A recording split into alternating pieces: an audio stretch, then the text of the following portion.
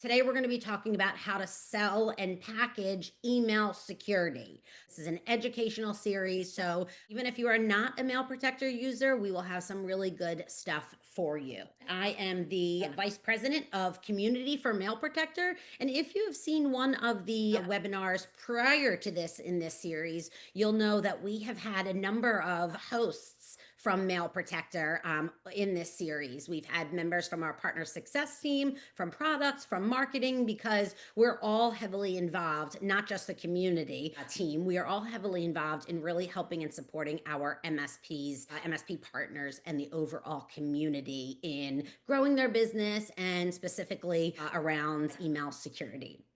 So we also have with us today Andy Larin, who is the founder and CEO of allCare IT. And I'm going to give Andy a minute to introduce himself in just a second. But full disclosure, Andy is a Mailprotector partner, an avid Mailprotector user.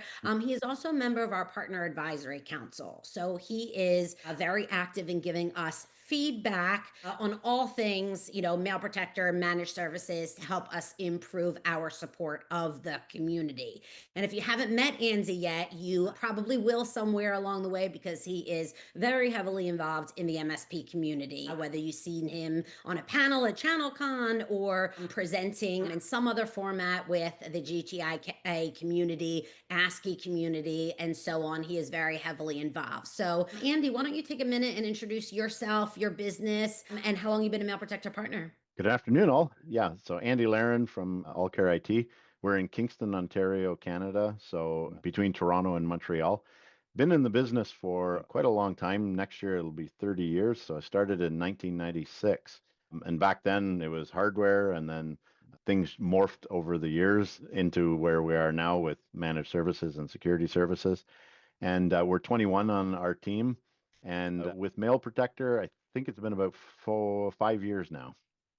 Great, great. Well, thank you for joining us today. And we're going to make this session completely conversational. So, Andy, feel free to jump in if there's a point that you want to make before I call on you. And it's really about presenting the opportunity around email security, packaging, and pricing, and also hearing from Andy, who's been around for quite a bit, as he just shared, and giving his perspective and some tips. And I know Andy is very supportive, like I said, of the MSP community. So, anyone that wants to connect with him after, we'll be sure to send you his contact information, or you can find him and connect with him on LinkedIn.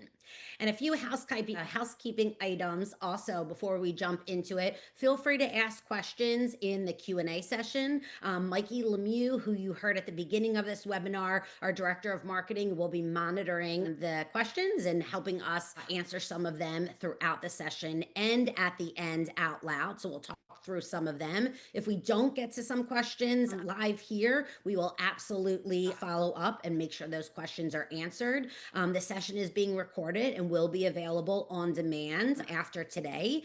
And the slides that we have as well will be available to everyone should you want to use them.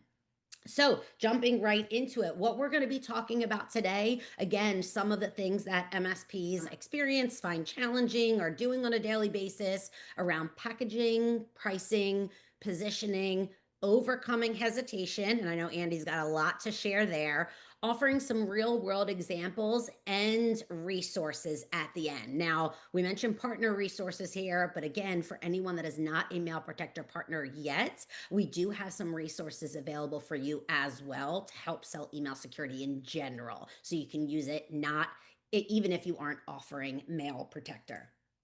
Okay, so we want to start off with a couple of statistics and slides that we have already created that you can use to promote, prove, show why email security is needed, right? We know that MSPs are doing presentations quite often and having to overcome these objections. So we put together a few slides to not only set the stage for this conversation, but also that you can use and repurpose to present this either to individual clients or prospects, or also in a presentation. And Andy's going to share how he's done some of that using this. So first one we want to get started with is the FBI's IC3 report, which showed that business email compromise was the seventh most reported crime with nearly $2.8 billion lost. And again, that's from the FBI, their Internet Crime Report 2020. Also, another one that we use is 90% of all cyber attacks begin with email. That's a huge number. We usually get a reaction from end users as presenting that when we're trying hard to reiterate the need and also overcoming objections, right? And that is from a 2024 Verizon data breach investigations report.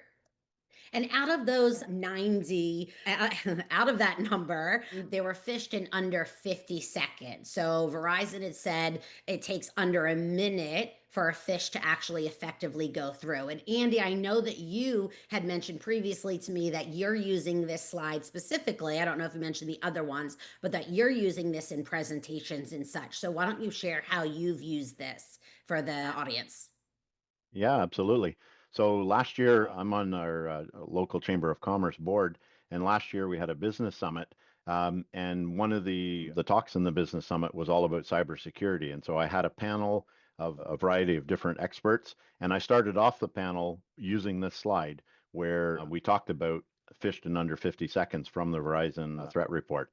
And I actually showed how you can grab a tool like Evil Jinx. Even if you have multi-factor authentication, I showed how that whole process works, where somebody gets a link, they click on it, it looks like Microsoft 365. If they don't look at the address bar, they put in their username and their password, then that goes over to Microsoft, then the MFA comes back to them, but they've got an adversary sitting in the middle, that tool, Evil Jinx. And when they put in their multi-factor authentication, it creates a token or a cookie that then gets passed back over to Microsoft, and the adversary grabs that from the middle, and it happens in under 50 seconds. And so the user logs into their account. They don't realize that an adversary actually has that cookie. They no longer need their username and password or their multi-factor authentication.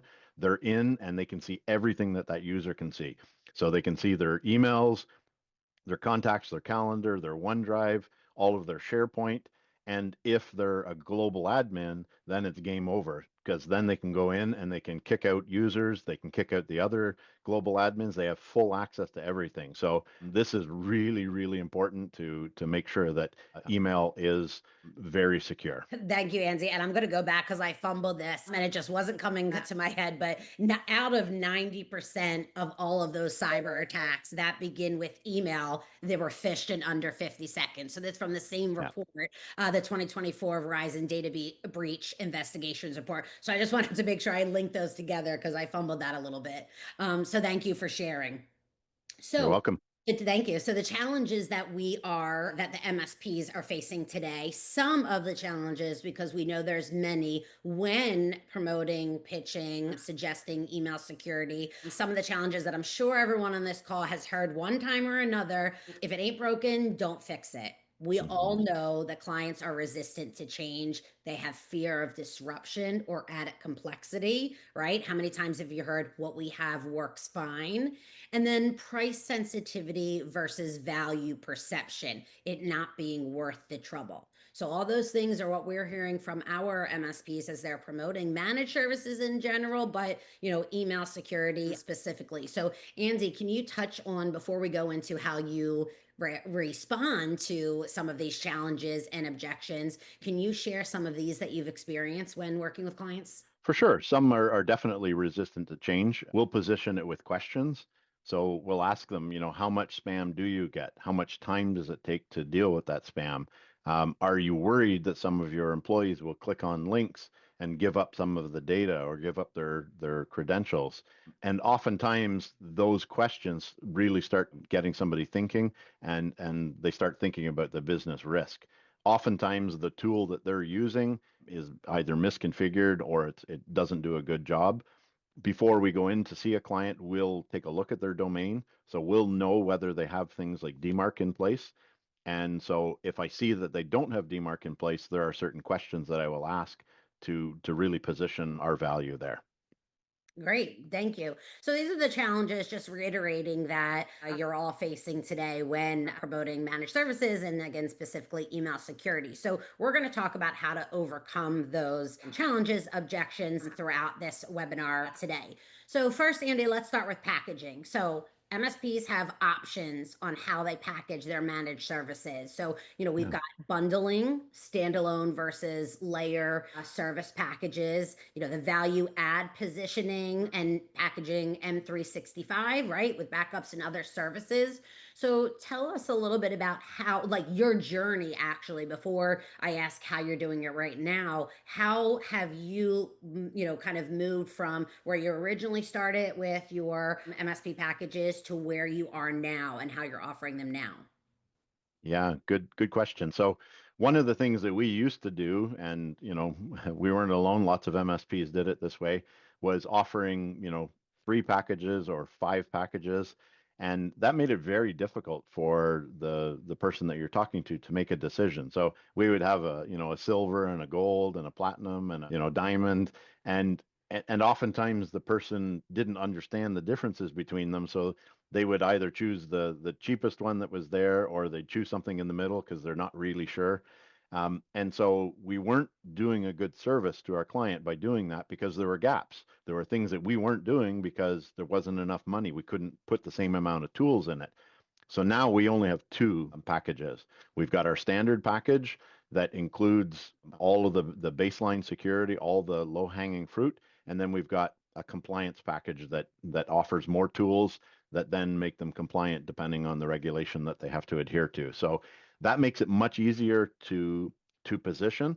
Now, where we run into roadblocks there is that somebody may look at our base package and say, you're more expensive than your competitors. Here's what they're doing. They still have a hard time comparing apples to apples. They're really comparing, apples to, oranges. So that's where it becomes difficult, but often we'll position ourselves as the security experts by doing a number of different things, like what I was talking about, where we look at their DMARC record and then we ask questions about what's happening, and then they see us as a value. And oftentimes it's through something like a security assessment. We'll point out problems that we see and how we can fix those. Great. Yeah, thank you. And this is the talk of packaging and different package options or tiers bleeds right into our next conversation about pricing. So you mentioned that you used to have a tiered pricing approach, but now you have a required and then a plus for compliance. So talk a little bit about that if you can, and what happens if a client ever does or did in your journey, right? If a client or prospective client refused your standard tier or the highest tier, how would you Mhm. handle that, knowing that you're at risk and the client is as well, if you still decided to take them on? Yeah, great. So what we do if somebody decides that they don't want to do something that we advise them to do, we have errors and omissions insurance, as many MSPs do. We've got cyber insurance. So we position it where we don't want to take that risk on, and so we have a risk acceptance. So let's say somebody says, "Well, I don't need anything on my endpoint. There's nothing of value there."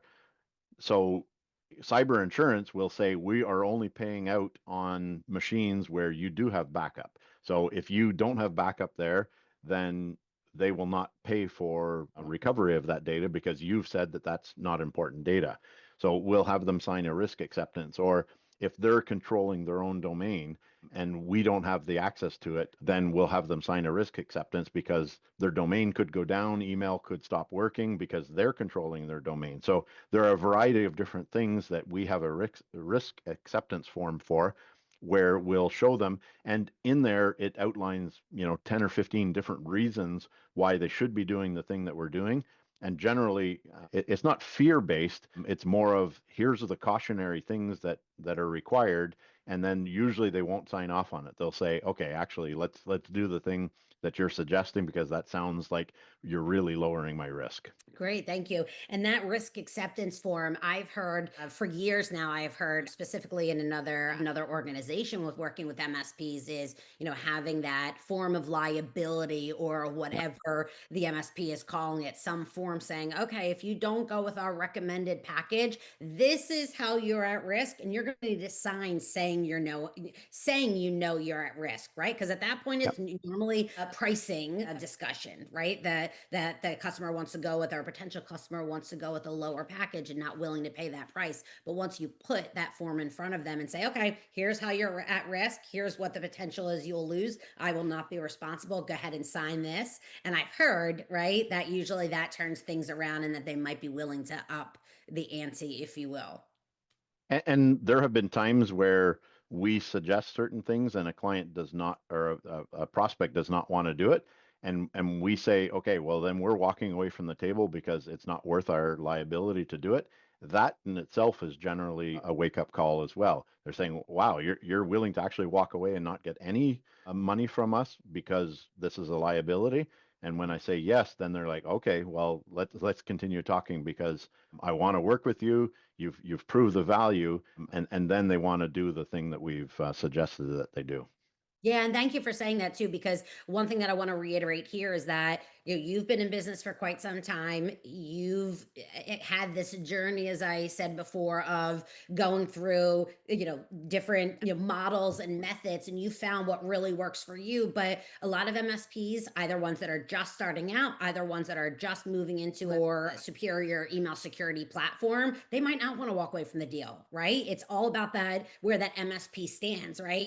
Someone For might be sure. and saying, well, hey, I'm not walking away from a deal, and that is okay. There are things that you can do to make sure that you're not putting yourself at risks, even if the customer is okay with signing that, limited liability form, or, that the MSP is not liable, or the risk acceptance form, all those things that, can honestly be used as a tactic for selling. But even so, just protecting yourself, because not every MSP has the ability or the business maturity yet to be able to walk away from a potential client because they won't go with their packaging. So again, reiterating that risk acceptance form, or the limited liability, whatever the kind of form might be. And then also what you said too, Andy, and I hadn't heard that before. I actually just wrote that down as a note, because every time I talk to you, I learn more and I love it. So but you saying that, the idea of walking away from a potential client because they won't sign with your package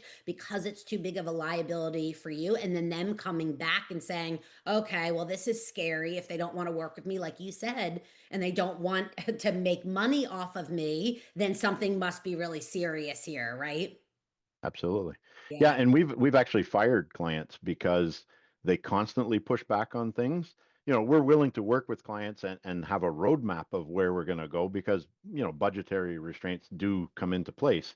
But if they're constantly pushing back on things and they're doing things in an insecure way constantly, then it's not worth our liability and it's not worth our reputation because that client will get hit. And as soon as they get hit, they're going to say, well, here's our MSP and they're taking care of us and it's all their fault. So we don't want that liability. And so we've fired a number of clients. We've walked away because they won't do those base minimums. Yeah, thank you for that. So again, Andy's sharing everything from his perspective and where he is now. For any of you on the call that, on this webinar, Andy has done the journey. I keep using the word journey, but Andy has done the legwork for his organization, figuring out what worked and what hasn't. But if you can, you're not in the business model to be able to walk away from a potential client because they won't, sign with your recommended package. There are other avenues in place, as we mentioned, that you can use to, again, either scare them to convince them, I shouldn't say scare, convince them to sign with your package as it was recommended, or have them sign knowing that you are not liable for the risk that they are putting themselves in by not signing with that package. So Yeah, thank I've actually positioned that where I say, when we do a security assessment, these are all of the things that we found. Now, fear is not what we want to instill in somebody because fear is an emotion. What we want to do is tell them cautionary and then use their logic to then say, yes, I want to fix that business outcome so that I don't have that problem. We don't want to do the fear-based side. We want to do the cautionary side.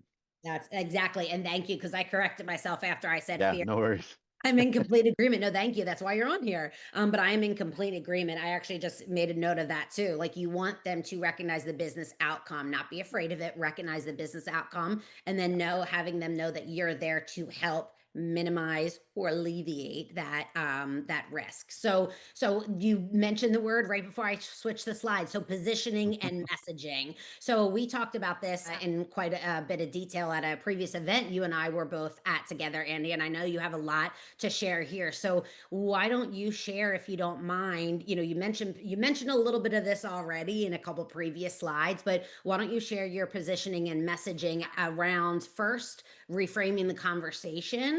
You mentioned compliance, risk, and efficiency already, but how do you reframe the conversation to include continuity?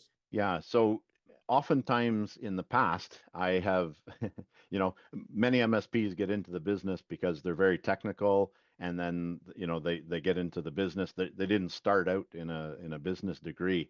So I used to talk about the speeds and the feeds, the technical reasons why somebody should do something. So for instance, DMARC. I used to be able, 4 or 5 years ago, I'd talk about DMARC and I would say you need to have that in place so that somebody can't spoof your domain. They can't use your domain to send out to internal people at your company or your clients or your vendors.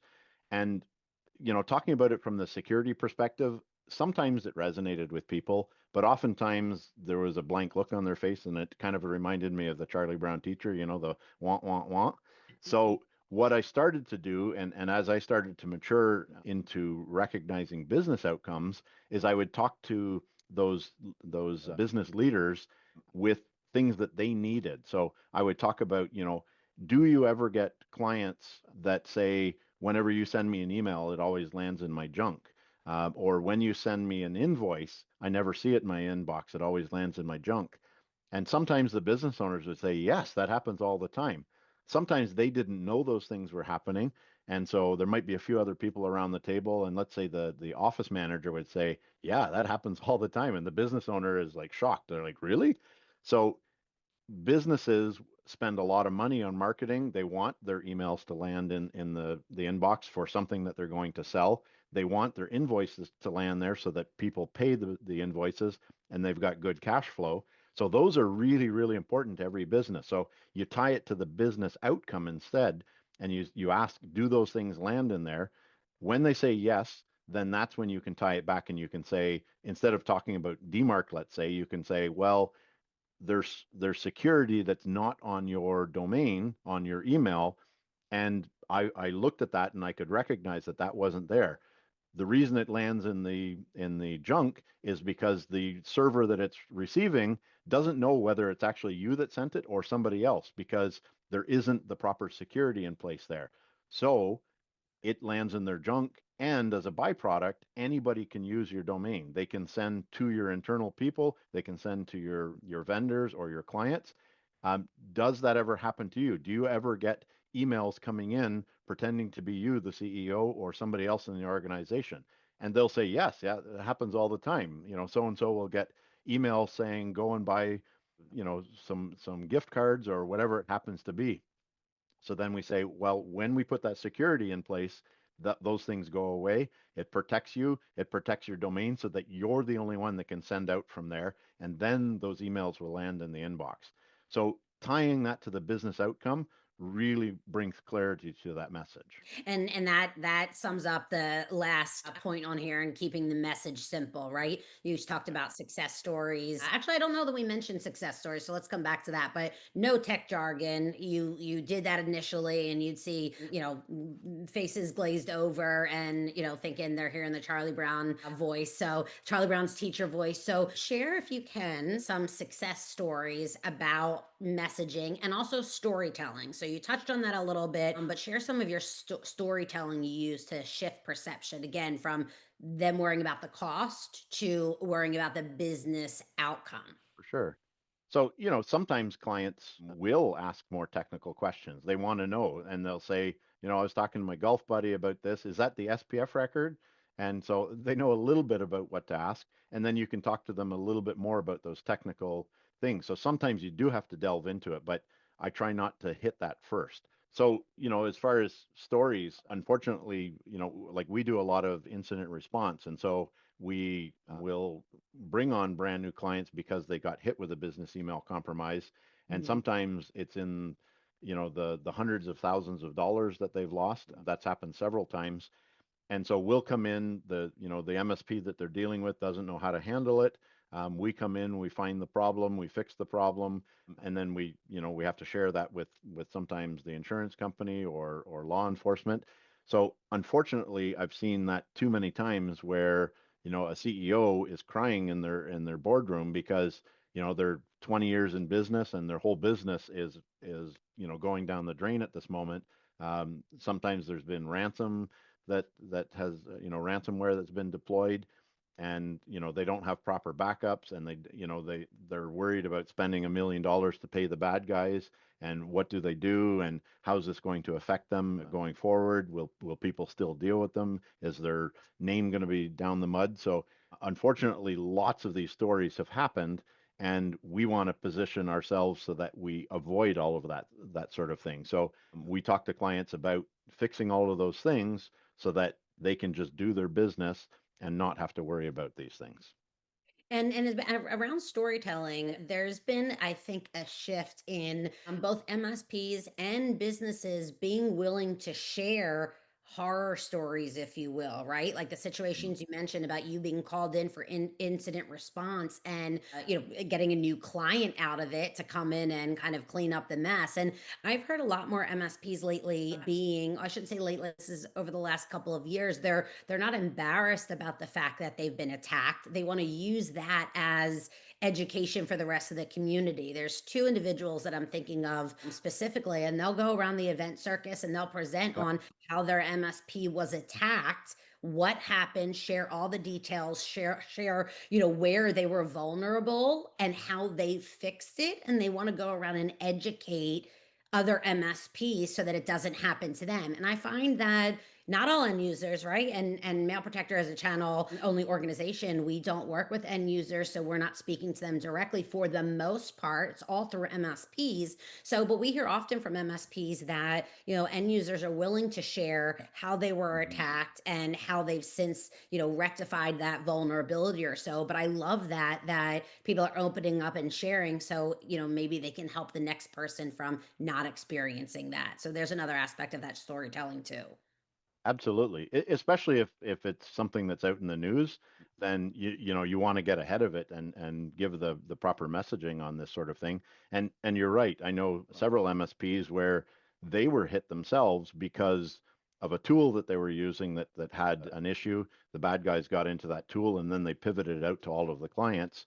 And some of these things, we rely heavily on our tools, and so we need all of the companies that we deal with to do security properly as well. So we ask a lot of questions of our partners, making sure that they've got proper security in place.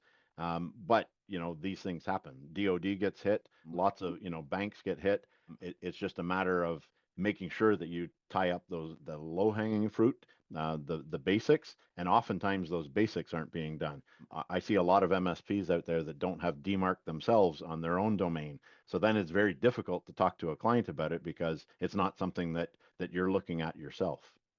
And speaking of DMARC, I mentioned that this is episode 5 of a series. And we do actually have previous episodes that involve deeper discussions in DMARC. So I'll share where you can find them later in the webinar towards the end. But if you are interested, we do have a webinar, two, I'm pretty sure, 2 episodes around DMARC and diving deeper into that. So keep a lookout for that later in the presentation.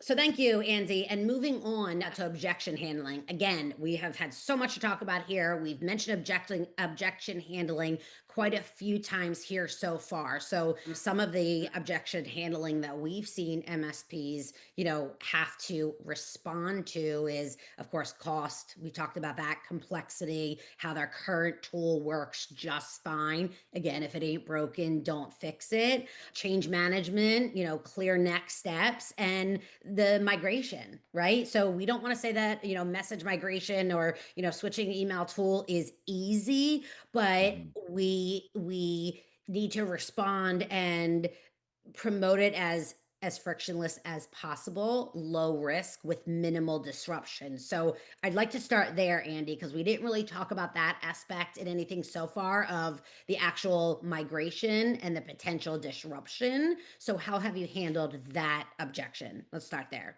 Yeah, we tell them some of the steps of what will happen with the migration, but we plan it out so that it is very frictionless and that there is no email disruption. Email won't stop flowing. Now, what will end up happening is there will be a cutover, but everything will flow properly because we've done this X number of times, and we're very used to handling such and such a size of a company, and good communication, showing them. Sometimes some will want to actually see what's your step, what's your process to do this. Here's our steps and how we do it. And when we show them here's our project plan, then they're like, okay, you've got this in hand. You've done this many times. And we do it with marketing as well. We've got booklets where clients have given us testimonials. They're clients in our neighborhoods, in our city, and so oftentimes they're people that they know, they're neighbors, they're golfing buddies sometimes. And so then they're like, oh, okay, wow, you do it for them. Yeah, I've never heard bad things, so this is great. Let's move forward. And again, that minimal disruption and the frictionless piece of it is a big part of the conversation because this is email we're talking about, right? Everyone's using it so consistently throughout the day, and change is hard in general. So we've already talked about some of the objection handling with cost complexity in some of the earlier slides. So I'd like to jump into next, Andy, talking about some resources that not just messaging and bullets, some actual resources that MSPs on this webinar today can walk away with to use to handle some of the objections, to position to new and potential clients, and so on. And the first thing I want to talk about in the resources is Radar. So, Radar is a free tool, first, let me just say. So, let me grab your attention. It is a free tool. You do not have to be using Mailprotector or any of our products to be able to use it. So, first and foremost, I want to mention that for anyone on the webinar that is not currently a Mailprotector partner, you can still use this as well. So, Andy, I know you are a big fan of this. So, I am going to hand the floor over to you to describe what Radar is, how you use it, and share some Mhm. additional details around it. For sure. So as you mentioned, anybody can use this. So ours is branded, as you see at the top. The URL is allcareit.email.security. But if you just go to email.security, anybody can use this tool. So what this is somebody can type in their email address, and it will send them an email, and then they just reply to the email. That email comes back over to Mail Protector, and then it analyzes the email itself, looks at all the email headers, and so it's able to then tell what's going on with their everything to do with email. So if you go to the next slide, I think it actually breaks it down, Mhm. Christine. Yep, right here. Um, yeah, so the report comes back to the person. In the case with us, where it's branded, there's a little checkbox there that says also send a copy of that to AllCare IT. So actually, if you go back one slide, Christine, this one here will show the user and ourselves how their domain is being handled. So if they have anything less than an 850, there are things to improve. So if they're down in that 500 or 300 range, there's a lot of things to improve. But it'll look at a whole bunch of different things, DMARC included. But it'll look at the reputation of the domain, all of the security configurations, and give that user basically like a FICA score, like a financial score. If they get an 850, they get a perfect and fireworks goes off. And so we've used this a number of times in a marketing setting. I know you're going to show that in a minute, but we've used this several times where the user then gets an email back and it's very easy for them to understand some of the things that are wrong. And then we talk to them about how to fix those things. So if you go to the next slide that you had there, this is where if you are a Mailprotector partner, you're able to upload your logo, and then there's the URL that's available to you. So you can set that URL whatever you like. So in our case, we did allCare IT, but if you're, my awesome MSP, you could do that, and it would be .email.security. And then at the very bottom of that screen is the email address that it sends back to you, so that if you're using it for marketing, we've used it at golf tournaments where we had every golfer coming in and just putting in their email address, and then it would send them an email. They'd reply to the email, they'd get their score, and then what we had was a raffle for whoever had the highest score, and we would give them a bottle of scotch. And it made it, kind of gamified it. It made it very exciting. Of course, all of our clients got a perfect 850, and so it made our clients feel really good that they were protected. And then others, and sometimes we even had banks coming through, and the bank would score, a 700. And so it made our clients feel really good that they had that 850, whereas the bank had a 700. So it's a really good positioning tool for the client to understand what's going on with their domain. And like I said, down at the bottom of the email, it explains all of the things that are wrong in fairly easy to understand terms, and they can use that.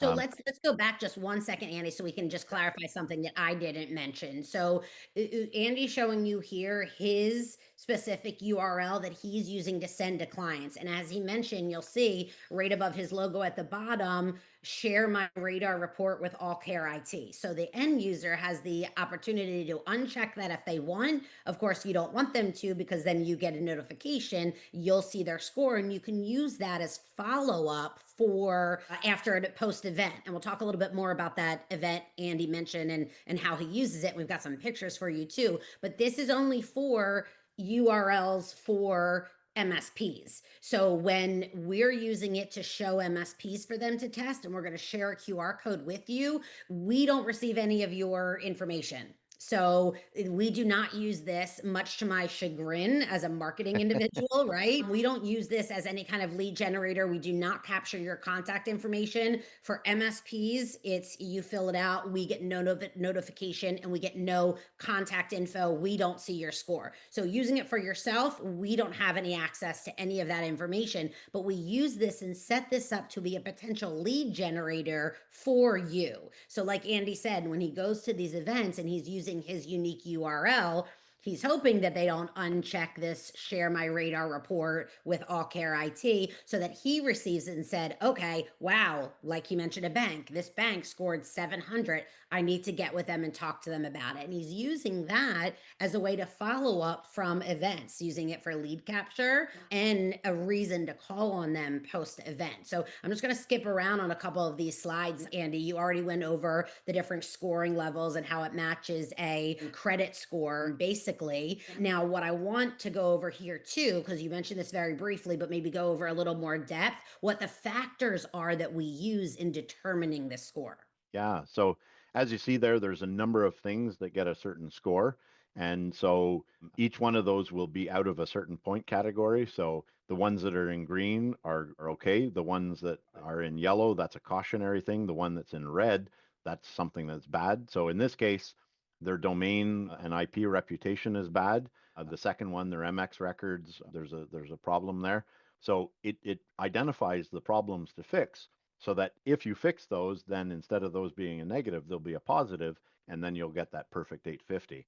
So in the case of the email spy tracking, that's quite often what the banks had on, is that they would maybe get us an 800 or an 825 because they still had email tracking on. And so marketers are able to use that information, like, hey, they opened up the email and I see that they opened up the email. So Mailprotector has the ability to remove those spy trackers if you want. Mm.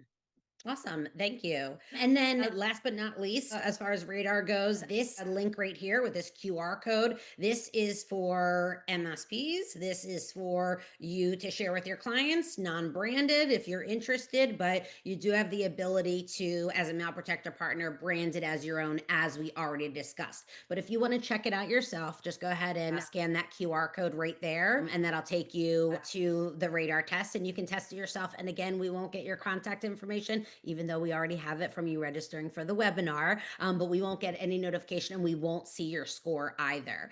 So you've got the QR code option, but you can also go to email.security and that'll pop up. And again, if you are a Mail Protector or are interested in becoming one, you will have access to creating your own logoed URL to use. And I know you mentioned, I'm going to keep this up for one more second, Andy, but I know you mentioned using this at a golfing event. And I have some pictures here that I'm going to share in just a second, just giving everyone another chance to scan that QR code. And we'll also send this out in a follow-up email as well if anyone is interested. But we've got some pictures here now of Andy and his team presenting at this golf event. So just share quickly, if you don't mind, now that we've got some pictures up, how you did this and how you used Radar. Yeah, so we had the booth that you see there, and we had a computer. We had people coming over and either scanning the QR code that was on the panel there, and then they could fill in. It would bring them to allcareIT.email.security, and they would put in their email address, and then they would see an email come over, and they would then reply to it. So it was very quick. Before we did it with the QR code, it took a little longer because we had them type it in on the computer, and so with four golfers that took some time. So we learned to speed that process up. And, before we used to use just email.security. And so when they would type in their email address or we would type it in, we would copy it and we'd put it into a spreadsheet so that we could follow up with them. So, we we had to convince Mail Protector to allow us to have that as a marketing thing. They were extremely protective about making sure that MSPs knew that they would never market to the end user. So that was the resistance behind it, and so I can guarantee that that never happens. My clients never get something from Mail Protector that we didn't send. We can send things from Mail Protector, but Mail Protector never does that. So what was great with this, with doing it at a golf tournament and getting a score, is that it gamifies it, and then people would be talking about it. So later, when everybody got together and they're having drinks, they would actually talk about those scores. What score did you get? What score did you get?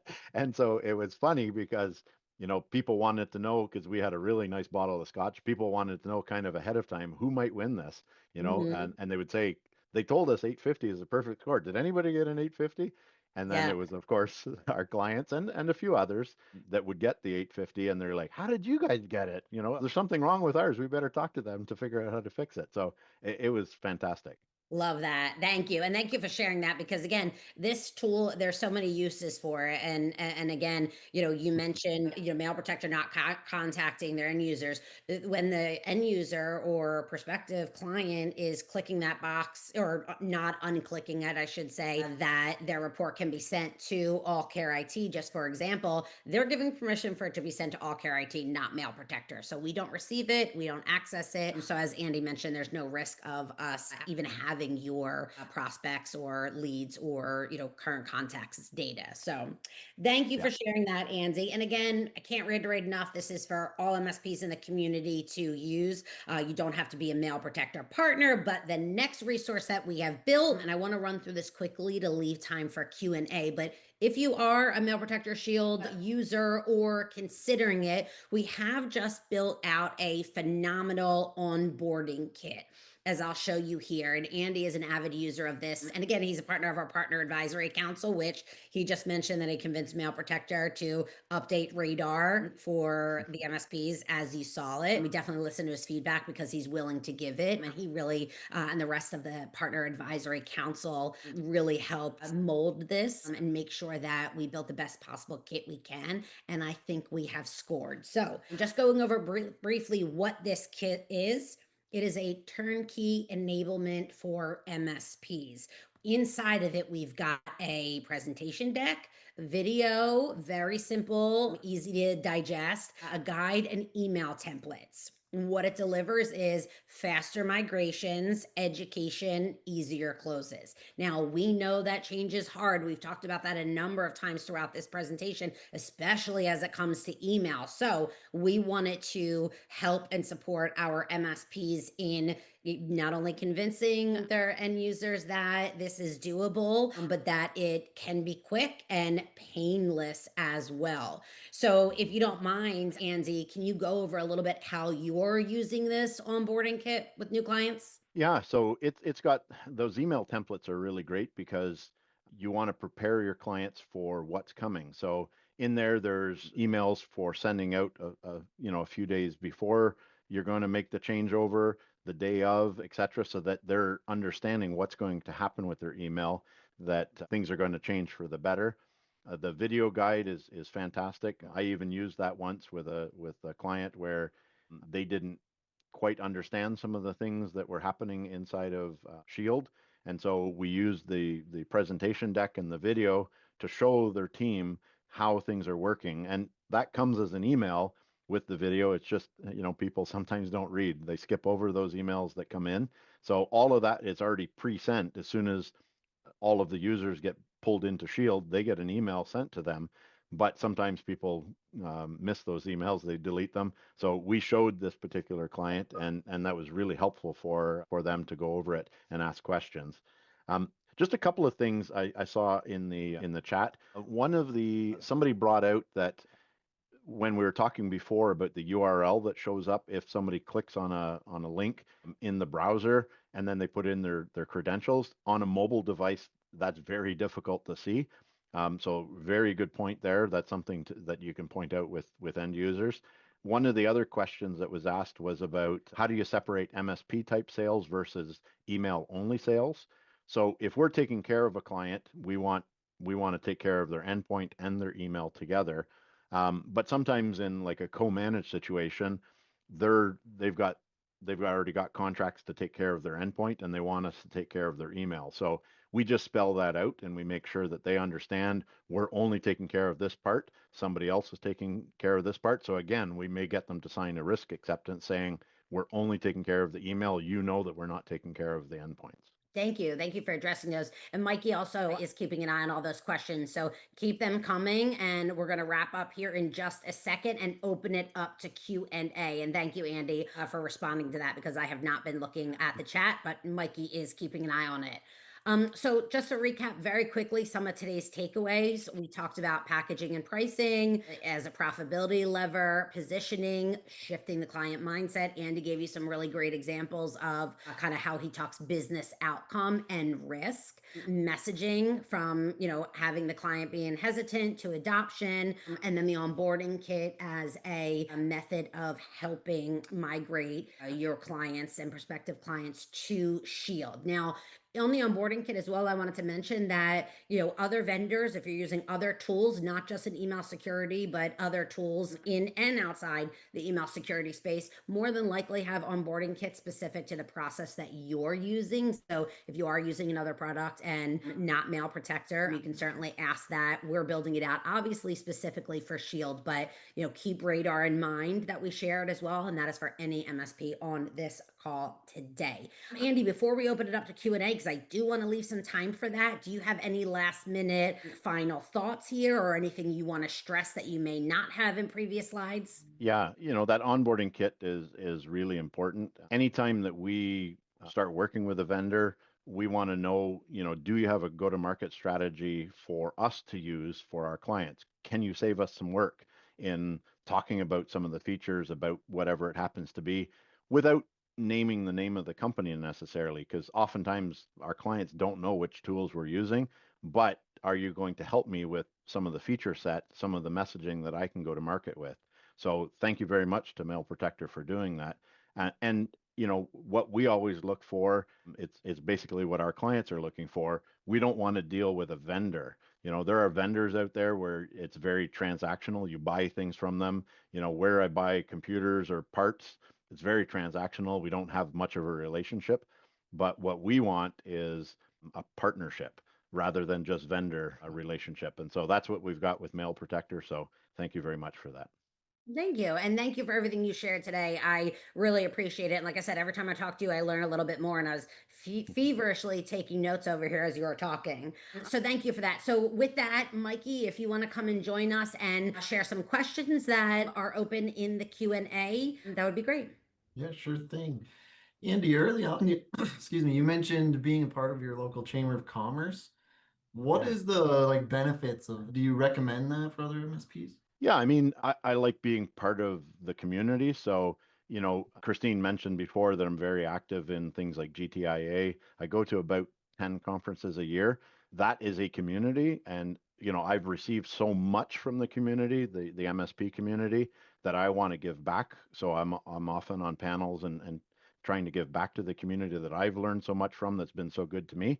But same thing with my local community. So our Chamber of Commerce is made up of lots of businesses in our area.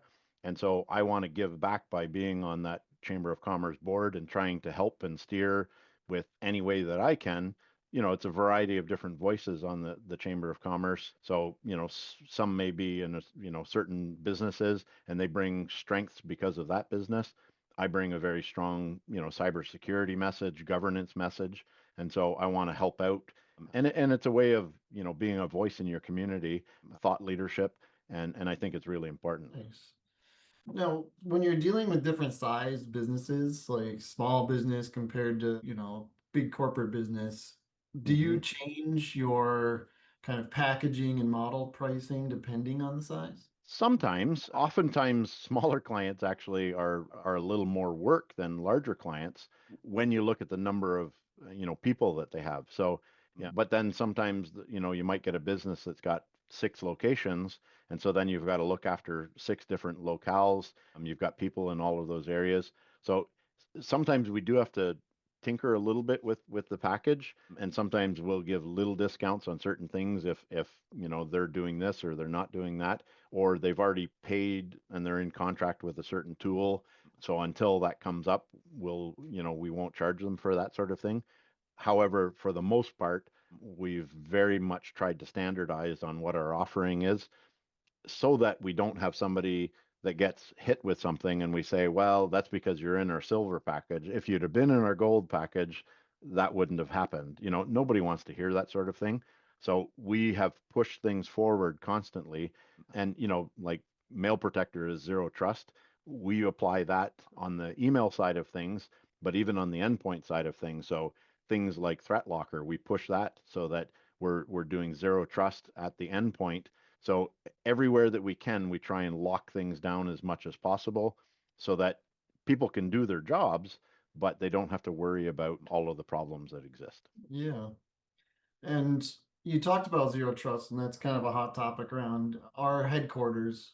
Yeah. One thing that we hear a lot is, people are scared of it, it's too much work. What are your thoughts on it? And, you know, managing it, selling it, things like that. It's yeah, it's a framework where you're you're not trusting necessarily right away, but you're verifying. And so, things like Mail Protector Shield acts with email the similar way to the way that social media acts with people. So generally in social media, depending on how you have things locked down, somebody can't just, connect with you without you approving it.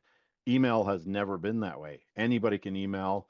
That's why there's so much spam. So Mail Protector has changed that where somebody can email you. However, it will show up differently. It'll say, this is a first time sender. So even if their name shows up as the name of your CEO, the email address is different. And so it will say, this is a first time sender. I've never received something from this person before. So that's really good. That brings attention to the fact that, wait a second, I need to take a closer look at this. Oh, this is not from my CEO. This is from a Gmail address that's pretending to be my CEO. Yeah. And one question that just came in specific about Shield and our products was how does Mail Protector deal with like marketing and bulk messages? In your case, dealing with the end user, have you had issues with that or what does that look like? Yeah, Mail Protector will label that as bulk. Oftentimes, it still won't necessarily come into junk. However, there is a little bit of training that can happen where if something comes into your inbox and you do not want it, you can just move it to your junk, and then forever it will always go to junk. If something lands in junk and you're like, no, no, I actually do want to receive that, you move it to your inbox, it'll always then show up in your inbox.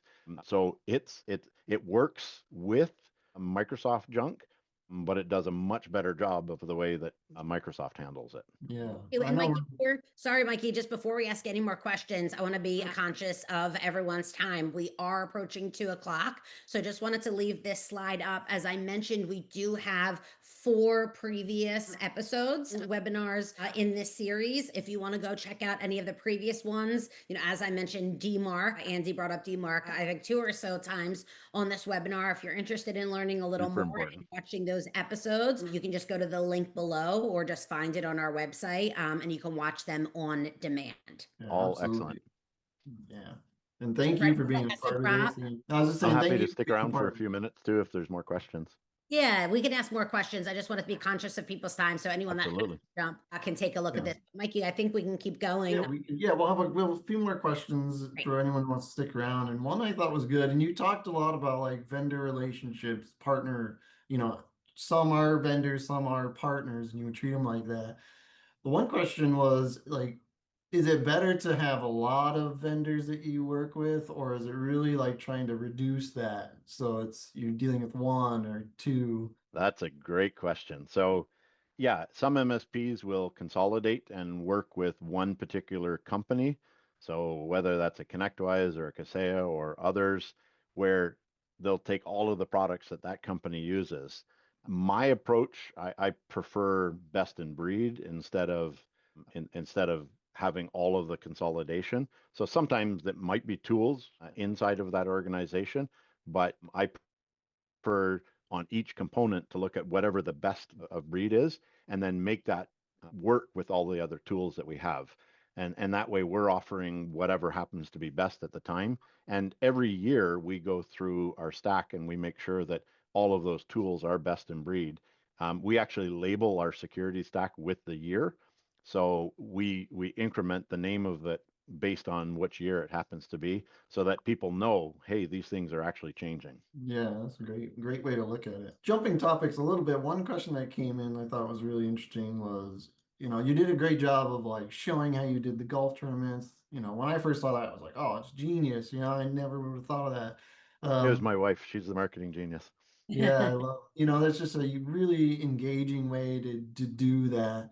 But kind of going a little bit further than that, do you rely on word of mouth, like we talked about earlier, success stories, or do you spend money on advertising? Like, kind of maybe, I know you said you're 21 person, but maybe cut, your journey into that if you do spend. We, yeah, so we used to just rely on word of mouth.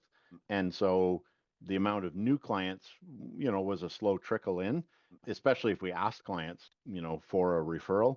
But several years ago, we started my wife, the marketing genius, she started attending a lot of conferences where they talk about sales and marketing and talking about, your perfect client essentially. And so we started looking at, which industries do we like working with the most? Which industries need us the most? What type of client do we want to work with? And so there are certain verticals that we end up going after more than now. If somebody comes to us from a vertical outside of that, we sometimes will take them on, again, depending on if they're willing to do the security that we recommend. But there are certain verticals that we go after, and that's where we spend our marketing dollars. I'll wrap up with probably the final question here, but maybe a two-part question. One was about radar of, when someone submits it, let's say you're prospecting and someone submits it and they get a low score of like 650, I think that example was. How do you approach that conversation of like, do you charge just to fix it back to 850, or is it really that start of the conversation of being a long-term partnerships? And maybe it's like, maybe explain that kind of contract you have. I'm assuming you do contracts, and then kind of the tail end of that to wrap this up. What's the lowest score you've ever seen? Lowest score, that's a good question. Probably around a 3 or 400. And that's where they're not using Microsoft or Google email. They're using, a pop email that has zero security on anything.